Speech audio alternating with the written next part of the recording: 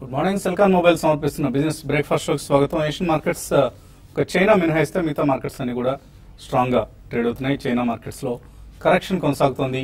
ఇవాళ కూడా భారీ నష్టంతో ట్రేడ్ అవుతోంది. China index, Shanghai composite, Nikkei, Straits Times ఇటువంటి ఇండెక్సెస్ అన్ని కూడా లాభాల్లో కనిపిస్తున్నాయి. అండ్ మన మార్కెట్స్ కూడా ఒక పాజిటివ్ ఓపెనింగ్ కు సిద్ధమవుతున్నట్లుగా ఉంది. షాంఘై మార్కెట్ కూడా కొంత రికవర్ అయింది. ఇన్ఫాక్ట్ భారీ నష్టం నుంచి ఇప్పుడు ఆల్మోస్ట్ ఫ్లాట్ గా ట్రేడ్ అవుతోంది. సో గ్రీస్ సంక్షోభం ఇంకా కొనసాగుతూనే ఉంది. రెఫరెండం నిర్ణయం అంటే సండే రోజు రెఫరెండం కోసం వెళ్తున్నారు. ఆ రెఫరెండం లో ప్రజలు ఎటువంటి తీర్పిస్తారన్న అంశం ఇప్పుడు అందరూ ఆసక్తిగా గమనిస్తున్న అంశం. ఈలోగా గ్రీస్ ప్రభుత్వం మాత్రం ఒక మెట్టే కాదు చాలా మెట్లు దిగొచ్చింది. దీని మొత్తాన్ని ఈ డీల్ లెండర్స్ తో ఏదైతే డీల్ ఉందో ఆ డీల్ మొత్తాన్ని మళ్ళీ రీనెగోషియేట్ చేస్తాం, మీరు ఎటువంటి షరతులు విధించినా కూడా మేము ఒప్పుకుంటాం అన్నట్లుగా ఆల్మోస్ట్ తలోగి కనిపిస్తోంది. సో ఇక్కడ అదే సమయంలో రెఫరెండం కోసం కూడా వెళ్తానంటుంది. సో ఇదంతా కూడా ఒక పొలిటికల్ డ్రామా లాగా కనిపిస్తున్న పరిస్థితి. సో గ్రీస్ సంక్షోభం నేపథ్యంలో మన మార్కెట్స్ మాత్రం గ్రీస్ సంక్షోభాన్ని ఆల్మోస్ట్ పక్కన పెట్టి ట్రేడ్ అయ్యేందుకు నిర్ణయించినట్లు కనిపిస్తుంది. నిన్న కూడా చూసాం మనం చాలా చాలా స్ట్రాంగ్ గా చివరి ఆల్మోస్ట్ 1 అవర్ లో బాగా స్ట్రాంగ్ గా క్లోజ్ కావడం చూసాం. నిఫ్టీ 8415 దాటి క్లోజ్ కావడం, అలాగే సెన్సెక్స్ 28,000 మార్కును సక్సెస్ఫుల్ గా అధిగమించడం చూస్తున్నాం. సో నెగిటివ్ న్యూస్ కు అంతగా పట్టించుకోవట్లేదు. యూరోప్ నుంచి వస్తున్న నెగిటివ్ న్యూస్ ని ప్రత్యేకించి మన మార్కెట్స్ అలాగే పాజిటివ్ న్యూస్ కు మాత్రం సానుకూలంగా స్పందిస్తూ ఉన్నాయి. ఇది గమనించాల్సిన అంశం. అండ్ ఎఫ్ఐఎస్ కూడా సెల్లింగ్ నిలిపివేశారు. నిన్న మార్జినల్ బయింగ్ జరగడం చూసాం. 75 కోట్ల రూపాయలు క్యాష్ మార్కెట్స్ లో కొన్నారు. అలాగే ఆటో సేల్స్ నెంబర్స్ కూడా మిక్స్డ్ గా రావడం చూసాం. ప్రత్యేకించి హెవీ ట్రక్స్ అలాగే medium and heavy commercial vehicles వీటిలో సేల్స్ బాగా ఉంది. 2 వీలర్స్ లాంటివి అలాగే కొంత ఇతరత్ర సేల్స్ ఫిగర్స్ కొంత డిసప్పాయింట్ చేసినప్పటికీ కూడా ఇన్ఫ్రాస్ట్రక్చర్ రంగంలో ఏవైతే ఎక్కువగా వినియోగిస్తారో అటువంటి ట్రక్ సేల్స్ బాగా పెరగడం చూస్తున్నాం. సో ఇది నిన్న జేపీ మోర్గాన్ కూడా ఒక రిపోర్ట్ ఇచ్చింది. India's capex cycle finally turning అంటూ. అంటే ఇప్పటిదాకా మనం ఏదైతే భారీ ఇన్వెస్ట్మెంట్స్ ఏవైతే ఉన్నాయో క్యాపిటల్ గూడ్స్ రంగం కావచ్చు లేకపోతే ఇన్ఫ్రాస్ట్రక్చర్ రంగం ఇటువంటి రంగాల్లో క్యాపిటల్ ఎక్స్పెండిచర్ క్యాపెక్స్ అంటారు. సో క్యాపిటల్ ఎక్స్పెండిచర్ బాగా తగ్గడం చూసాం మనం లాస్ట్ 6-7 ఇయర్స్ లో. అది ఇప్పుడు మళ్ళీ రికవర్ అవుతుంది. ఇక్కడ నుంచి పెరిగే అవకాశం ఉంది. కమర్షియల్ వెహికల్ సేల్స్ పెరుగుతున్నాయి. రోడ్ ఆర్డర్స్, రోడ్ నెట్వర్క్ సంబంధించిన ప్రణాళికలు ప్రభుత్వం వేగంగా మంజూరు చేస్తుంది. అలాగే స్టాల్డ్ ప్రాజెక్ట్స్ అంటే నిలిచిపోయిన ప్రాజెక్ట్స్ ఏవైతే ఉన్నాయో అవి వాటి సంఖ్య ప్రతి క్వార్టర్ కి తగ్గుతూ వస్తుంది. ఏప్రిల్ జూన్ క్వార్టర్ లో కూడా స్టాల్డ్ ప్రాజెక్ట్స్ నెంబర్ తగ్గింది. సో ఇవన్నీ ఎకానమీకి సంబంధించి ఒక పాజిటివ్ అంశాలుగా జేపీ మోర్గాన్ చెప్తుంది. అలాగే నేను ఆఫ్ కోర్స్ మనం చూసాం కోర్ సెక్టర్ డేటా కూడా పాజిటివ్ గా రావడం, 6 months హై దగ్గర నమోదైంది. మే నెల కోర్ సెక్టర్ డేటా ఇవన్నీ కూడా మనకు పాజిటివ్ సంకేతాలు. ఎకానమీ రికవరీ బాటలో ఉంది. ఎకానమీ రికవర్ అవుతుంది. మన జీడిపి నెంబర్స్ ప్రభుత్వం ఊహిస్తున్నట్లుగానే అంచనాలు అందుకునే అవకాశాలు కనిపిస్తున్నాయి. మరోవైపు స్కైమెట్ చెప్తోంది జూలై నెలలో 104% ఆఫ్ యావరేజ్ రెయిన్ఫాల్ ఉండొచ్చు అని. అంటే జూలై నెలలో కూడా జూన్ లాగానే సంతృప్తికరంగా ఉంటుంది. రెయిన్ఫాల్ పరిస్థితి, వర్షపాతం చక్కగా నమోదవుతుందన్న అంచనా వేస్తుంది. సో ఇవన్నీ కొంత మనకి మార్కెట్స్ లో ఇప్పుడు ఏదైతే మనం చూస్తున్నాం ఒక పాజిటివ్ ధోరణి, దాన్ని సపోర్ట్ చేసే విధంగా ఉన్నాయి. అయితే అదే సమయంలో 8450, 8500 సమీపంలో ఎప్పటికప్పుడు నిఫ్టీ రెసిస్టెన్స్ ఫేస్ చేస్తుంది. సో దీన్ని సక్సెస్ఫుల్ గా అధిగమించగలిగితేనే మార్కెట్స్ ముందుకు వెళ్తాయి.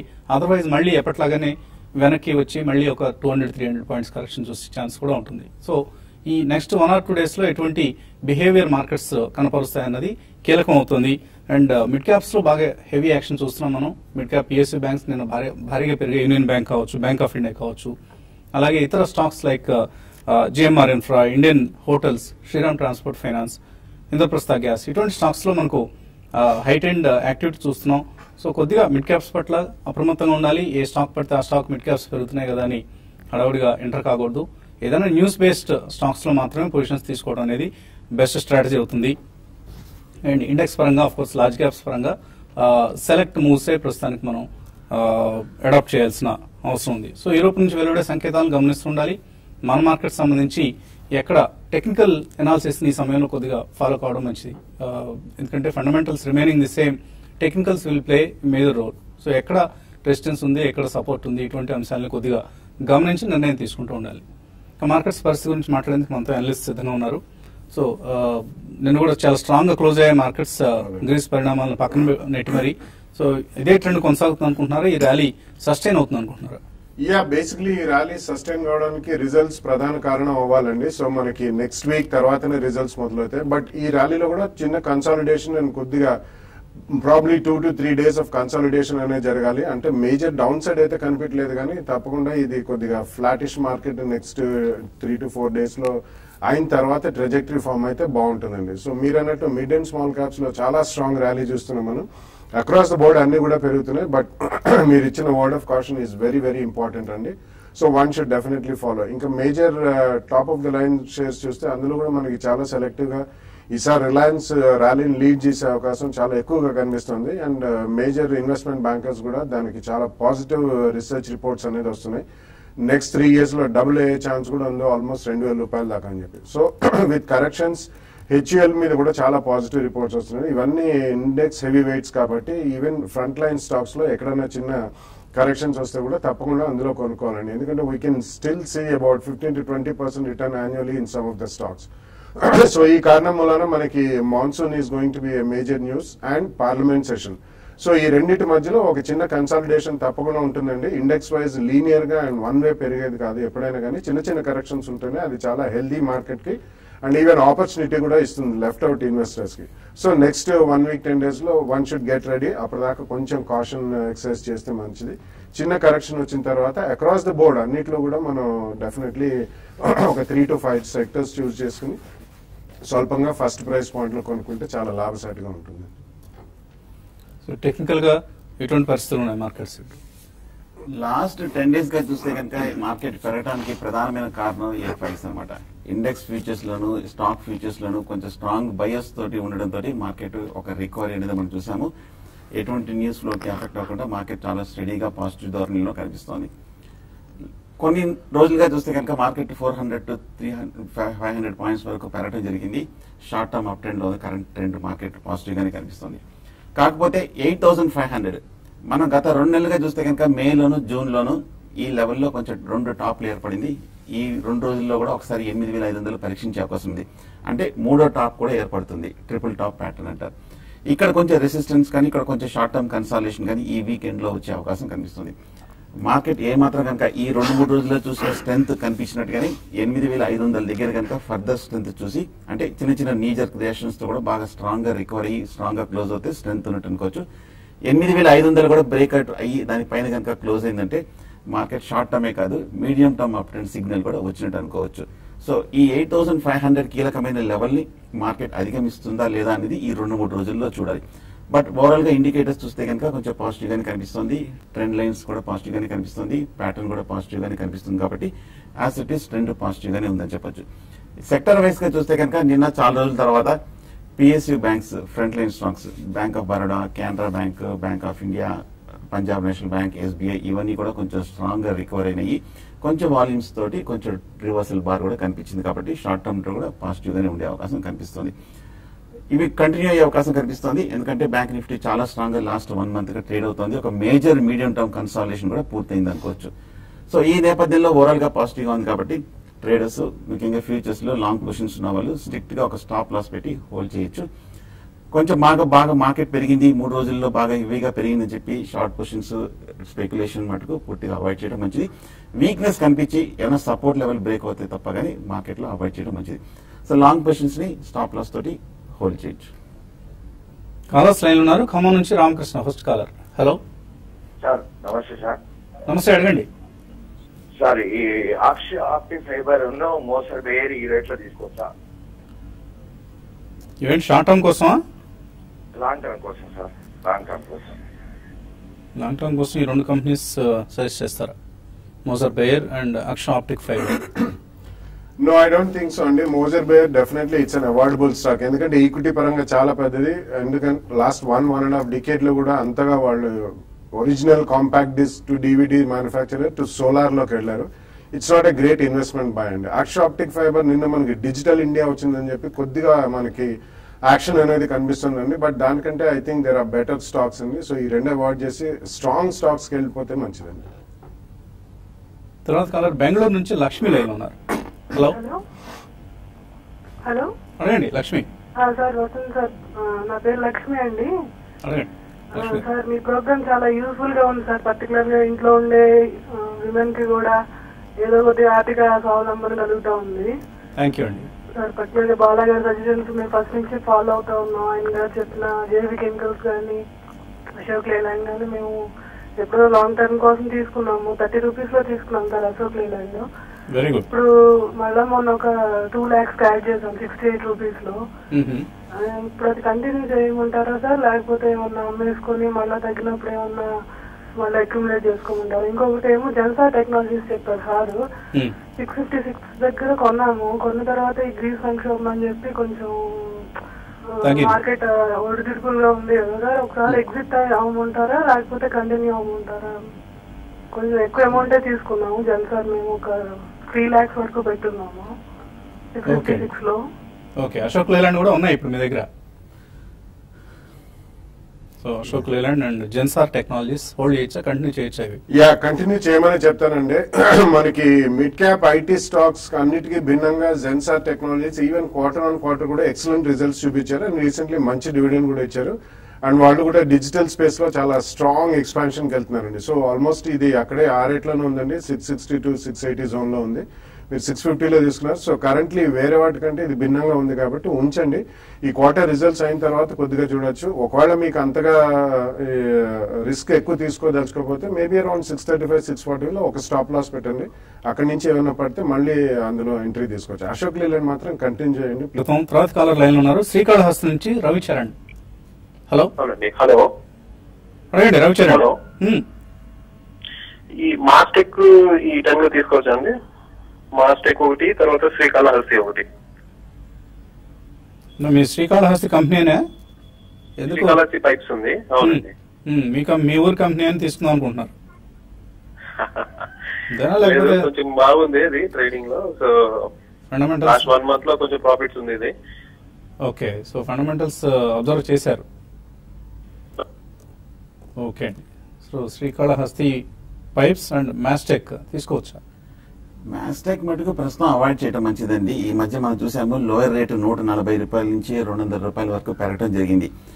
ఒక పక్కన చూస్తే కనుక ఐటీ స్టాక్స్ అన్ని కూడా కొంచెం బాగా టెక్నికల్ గా వీక్ గానే ఉన్నాయి. అవుట్లుక్ కూడా ఈ క్వార్టర్ కొంచెం వీక్ గానే ఉంది. కానీ మాస్టెక్ మటుకు కొంచెం లోయర్ రేట్ నుంచి కొంచెం రిలీఫ్ ర్యాలీ రావడం జరిగింది. షార్ట్ టర్మ్ టార్గెట్ పూర్తయినట్టు కనిపిస్తుంది. కొంచెం వెయిట్ చేయండి. కాకపోతే లెవెల్ కొంచెం అట్రాక్టివ్ గా కనిపిస్తుంది. ఓవరాల్ గా పడక ముందు చూస్తే కనుక మాస్టెక్ బాగా హైయర్ లెవెల్ లో పటిష్టంగానే ఉందనిపిస్తుంది. ప్రస్తుతం అయితే కొన్నాళ్ళు కాషియస్ గా ఉంటే మంచిది. అలాగే శ్రీకాళహస్తి పైప్ చూస్తే కనుక కంటిన్యూస్ బుల్లిష్ ట్రెండ్ లో చూసాము. 20 రూపాయల నుంచి 200 రూపాయలు కూడా దాటం జరిగింది. టెక్నికల్ గా చూస్తే కనుక ఆర్ఎస్ఐ ఇండికేటర్ లాంగ్ టర్మ్ బాగా ఓవర్ బాట్ పొజిషన్ కనిపిస్తుంది. ఒక మేజర్ కన్సాలిడేషన్ కి స్టాక్ డ్యూ లో ఉన్నట్టు కనిపిస్తుంది. ఈ స్టాక్ కూడా కొంచెం కన్సాలిడేషన్ అవనియండి, డిప్ లో మీరు తీసుకోవచ్చు. దాంట్లో ఫండమెంటల్ పెర్ఫార్మెన్స్ కూడా బాగుందండి. శ్రీకాళహస్తి పైప్స్ లో రిజల్ట్ చాలా ఎంకరేజింగ్ గా ఉంది. ఎక్స్ట్రాడినరీ రిజల్ట్ ను చూస్తున్నాం. మేబీ డిక్లైన్స్ లో తీసుకుంటూ ఉండండి శ్రీకాళహస్తి పైప్స్ ను. హైదరాబాద్ నుంచి నాగరాజ్ లైన్ లో ఉన్నారు. హలో హలో అడగండి నాగరాజ్. సార్ అడగండి. సార్ ఉపయోగం గతి ఓకే. SBI 290 ఉన్నాయి. ఏంటి ట్రేడింగ్ కోసం తీసుకున్నారా ఇవి, లేకపోతే ఏదైనా స్ట్రక్ అయి ఉన్నారా? ఒక 1 year కోసం సార్. 1 year వెయిట్ చేస్తారు. సో గతి అండ్ SBI హోల్డ్ చేయొచ్చా? యా, 1 year అంటున్నారు కాబట్టి హోల్డ్ చేయమని చెప్తాండి. SBI డెఫినెట్లీ మీరు కొద్ది రేట్ నుంచి ప్రాబ్లీ అబౌట్ 10 రూపీస్ డౌన్ ఉంది అంతే. బట్ నెక్స్ట్ 1 year లో మనకి recapitalisation of PSU banks and SBI ఉన్న వాటిలో రీజనబుల్లీ స్ట్రాంగ్ బ్యాంక్ అండి. And the largest and number 1 bank in public sector కాబట్టి డెఫినెట్లీ హోల్డ్ చేయమండి. గతి మాత్రం షార్ప్ స్వింగ్స్ ఎప్పుడన్నా వచ్చినప్పుడు, రిజల్ట్స్ అట్లా వచ్చినప్పుడు కొద్దిగా యావరేజ్ కాస్ట్ తగ్గించుకుంటే బెటర్ అండి. తెనాల నుంచి బాపిరెడ్డి లైన్ ఉన్నారు. హలో హలో, నమస్కారం సార్ వసంత్ గారు. నమస్తే, అడగండి.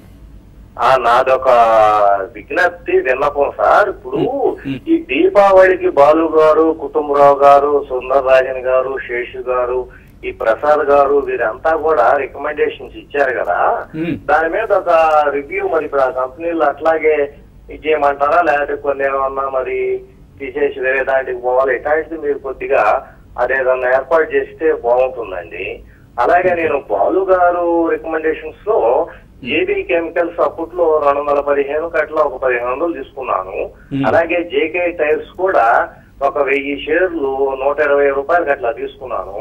ప్రస్తుతం అవి ఏమి చేయాలి? అలాగే కుటుంబరావు గారు చెప్తే ఆ రికమెండేషన్స్ నోవెల్ లాస్టిక్స్ 98 లో మరి అప్పట్లో నేను ఒక 1000 తీసుకున్నాను.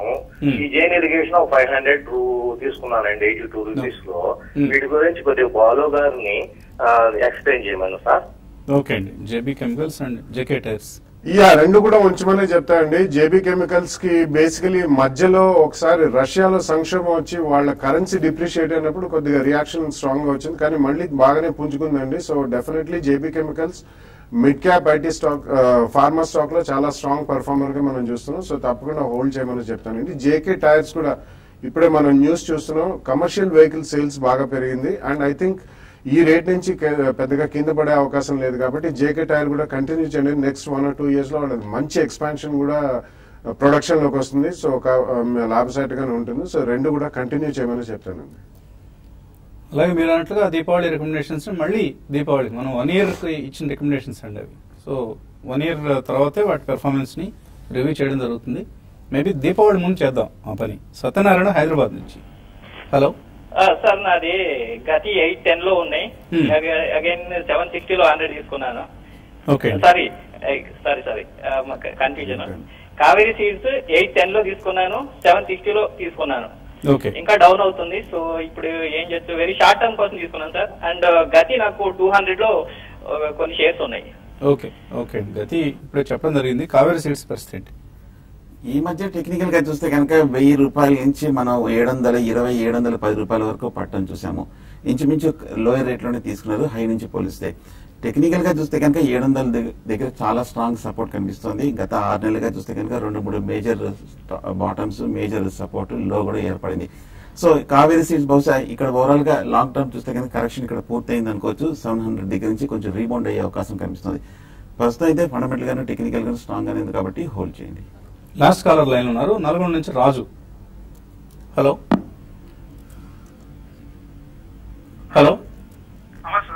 నమస్తే, అడగండి రాజు. నోయిడా టోల్ బ్రిడ్జ్ తీసుకోవచ్చు సార్, ఇది ఎట్లా? నోయిడా టోల్ బ్రిడ్జ్ ఎలా ఏమండి? ఓకే యాక్చువల్లీ అది ఒక one of the largest toll based road project అండి. కానీ కొద్దిగా ఈక్విటీ పెద్దది. ఇట్స్ అ స్టడీ కంపెనీ అండి. కాబట్టి ఇందులో మీరు ట్రేడింగ్ చేసుకున్నా కానీ మీకు వన్ వే ఇది పెరిగే షేర్ కాదు. ఎప్పుడైనా చిన్న 3 to 5% స్పర్ట్స్ వచ్చినప్పుడు మీరు ట్రేడ్ చేసుకుంటే మళ్ళీ మీకు లోవర్ రేట్ లో దొరుకుతుంది. ఇట్స్ అ గుడ్ కంపెనీ, కానీ ఒక single road based toll based project ఇది. అండ్ ఇన్స్టిట్యూషనల్ ఇంట్రెస్ట్ కూడా బాగానే ఉంది ఈ స్టాక్ లో. కాబట్టి కొంచెం ట్రేడ్ చేసుకుంటాను. మీరు ఒకవేళ ట్రేడ్ చేసినా వన్ వే పెరిగే స్టాక్ కాబట్టి మనకి డెఫినెట్లీ అందులో మంచి ప్రాఫిట్ వచ్చే అవకాశం. భవానీ శంకర్ మెయిల్ పంపించారు. ఓకార్డ్ ఫార్మా ఫ్యూచర్స్ ఉన్నాయట 1410లో, అశోక్ లేలాండ్ ఫ్యూచర్స్ 74లో, ఎస్కేఎస్ మైక్రో ఫ్యూచర్స్ కూడా ఉన్నాయి. ఏం చేయాలి ఇవన్నీ? హోల్డ్ చేయండి. ఓకార్డ్ ఈ మధ్య కొంచెం పాజిటివ్ గా కనిపిస్తుంది. 1430 రూపాయల వరకు వెళ్ళడం జరిగింది. స్టాప్ లాస్ తోటి స్ట్రిక్ట్ గా ఒక ప్రైస్ మీద 3% పెంచకుండా స్టాప్ లాస్ పెట్టి హోల్డ్ చేయండి. అశోక్ లేలాండ్ కూడా మనం చూసాము, మైనర్ రికవరీ చూసాము ఈ 2-3 రోజుల్లో. కాకపోతే కొంచెం హైయర్ రేట్ లో 80 రూపీస్ దగ్గర స్ట్రాంగ్ రెసిస్టెన్స్ కాబట్టి కొంచెం మీరు ప్రాఫిట్ బుక్ చేయొచ్చు. పి శాస్త్రి అడుగుతున్నారు. కేఈసీ ఇంటర్నేషనల్ 121లో, నీల్ కమల్ 603లో కొన్నారు, ట్రేడింగ్ కోసం కొన్నారు. ఏం చేయమంటారు? కేఈసీ ఇంటర్నేషనల్ చూస్తే కనుక గత 6 నెలలుగా బాగా పెరిగిందండి. కొంచెం లో 72 రూపాయల నుంచి 140 రూపాయల వరకు పెరగడం జరిగింది. షార్ట్ టర్మ్ అయితే పాజిటివ్ గానే కనిపిస్తుంది. కానీ హైయర్ రేట్ లో 140 దగ్గర స్ట్రాంగ్ రెసిస్టెన్స్ ఉంది. ఓవర్ బాట్ పొజిషన్ వస్తుంది కాబట్టి కొంచెం నా ఉద్దేశం అయితే అక్కడ కొంచెం ప్రాఫిట్ బుక్ చేసుకోవచ్చు. రఘునందిగామ, కాల్స్ అంటే ఏంటి, పుట్స్ అంటే ఏంటి, వాటిలో ప్రాఫిట్స్ ఎలా వస్తాయి? ప్రాఫిట్స్ రావండి, నష్టాలే వస్తాయి. ఎక్కువ 99% నష్టాలే వస్తాయి. సో అవాయిడ్ చేయండి. తెలుసుకోవాలనుకుంటే మేబీ మనం ఏదైనా ఒక ఎడ్యుకేషన్ సిరీస్ లాంటి స్టార్ట్ చేద్దాం. ఇంత స్వల్ప వ్యవధిలో దాన్ని ఎక్స్ప్లెయిన్ చేయడం కష్టం కాబట్టి. ఆంధ్ర బ్యాంక్ 73 రూపాయల్లో కొన్నారు, జె శ్రీనివాస్. హోల్డ్ చేయొచ్చా లేదా? హోల్డ్ చేయండి. 100 రూపాయల నుంచి 68 రూపాయల వరకు పట్టడం జరిగింది. రీసెంట్ లో దగ్గర తీసుకున్నారు. ఇప్పుడే కొంచెం పిఎస్సీలో యాక్టివిటీ వస్తుంది, కొంచెం హోల్డ్ చేయండి. హేమచంద్ర అడుగుతున్నారు. ఎస్బీఐ 200 షేర్లు కొన్నారట, డివిడెండ్ కోసం ఎప్పటిదాకా వెయిట్ చేయాలి? మీరు డివిడెండ్ కోసం కొన్నారా, క్యాపిటల్ అప్రిసియేషన్ కోసం కొన్నారా తెలియదండి. బట్ ఎనీవే డివిడెండ్ ఒక్కటే అడుగుతున్నారు ఇప్పుడు.